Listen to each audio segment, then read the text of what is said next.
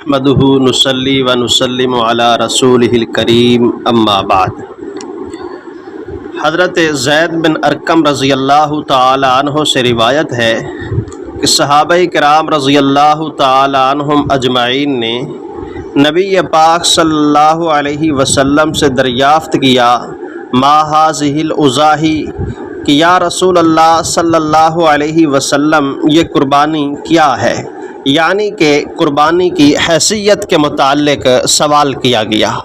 حضور انور صلی اللہ علیہ وسلم نے فرمایا یہ تمہارے باپ ابراہیم علیہ السلام کی سنت اور طریقہ ہے۔ صحابہ کرام رضی اللہ تعالی عنہم نے عرض کیا کہ یا رسول اللہ صلی اللہ علیہ وسلم ہمیں اس قربانی کرنے میں کیا ملے گا؟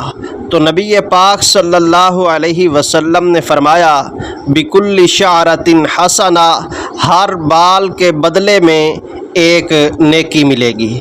صحابہ کرام رضی اللہ تعالی عنہم نے پھر عرض کیا یا رسول اللہ صلی اللہ علیہ وسلم اون کے بدلے میں کیا ملے گا؟ تو حضور علیہ السلام نے ارشاد فرمایا بکل شعرۃ من الصوف حسنہ، اون کے ہر بال کے بدلے میں بھی اللہ رب العالمین ایک نیکی عطا فرمائیں گے۔ اہل سنت والجماعت احناف دیوبند کے ہاں قربانی جو ہے یہ واجب ہے۔ قرآن کریم میں اللہ رب العالمین نے فرمایا ہے فَصَلِّ لِرَبِّكَ وَانْحَرْ، کہ آپ اپنے رب کی نماز پڑھیں اور قربانی کریں۔ اس آیت کی تفسیر کے اندر امام ابو بکر جساس رحمۃ اللہ علیہ فرماتے ہیں کہ اس آیت سے دو باتیں ثابت ہوتی ہیں۔ نمبر ایک، عید کی نماز پڑھنا یہ واجب ہے۔ نمبر دو، اس کے ساتھ ساتھ یہ بات بھی ثابت ہوتی ہے کہ قربانی کرنا یہ بھی واجب ہے۔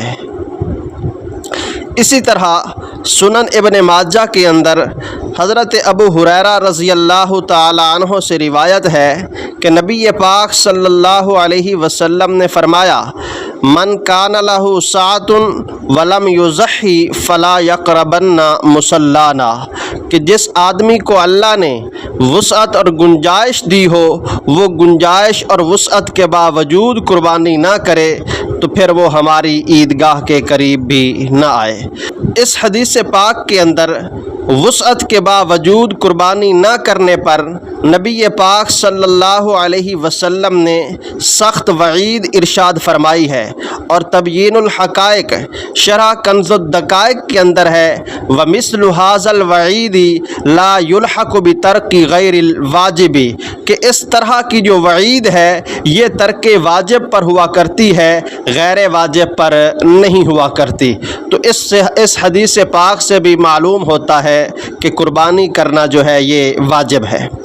اس پر ایک مشہور گھسا پٹا سا اعتراض کیا جاتا ہے کہ بخاری شریف کے اندر روایت ہے نبی پاک صلی اللہ علیہ وسلم نے غزوہ خیبر کے موقع پر ارشاد فرمایا تھا من اکل من هذه الشجرۃ یعنی الثوم فلا یقربن مسجدنا، کہ وہ شخص جو لہسن کھائے اس کو چاہیے کہ وہ ہماری عیدگاہ کے قریب بھی نہ آئے۔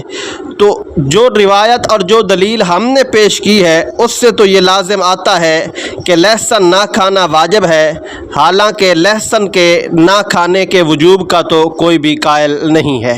تو اس کا جواب بھی بہت ہی آسان ہے، اگر استاذ کے بغیر بخاری کو پڑھا جائے گا تو پھر بخاری جو ہے وہ سمجھ میں نہیں آئے گی۔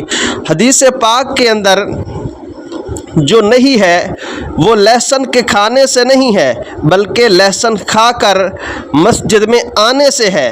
سلطان المحدثین حضرت ملا علی قاری رحمۃ اللہ علیہ فرماتے ہیں فالنہی انما هو عن حضور المسجد بعد اکل الثوم لا عن اکل الثوم والبصل، کہ اس حدیث پاک کے اندر جو نہیں ہے وہ لہسن کے کھانے سے نہیں ہے بلکہ لہسن اور اس طرح کی دیگر چیزیں کھا کر جو بدبو والی چیزیں ہوتی ہیں انہیں کھا کر مسجد میں آنے سے منع فرمایا گیا ہے۔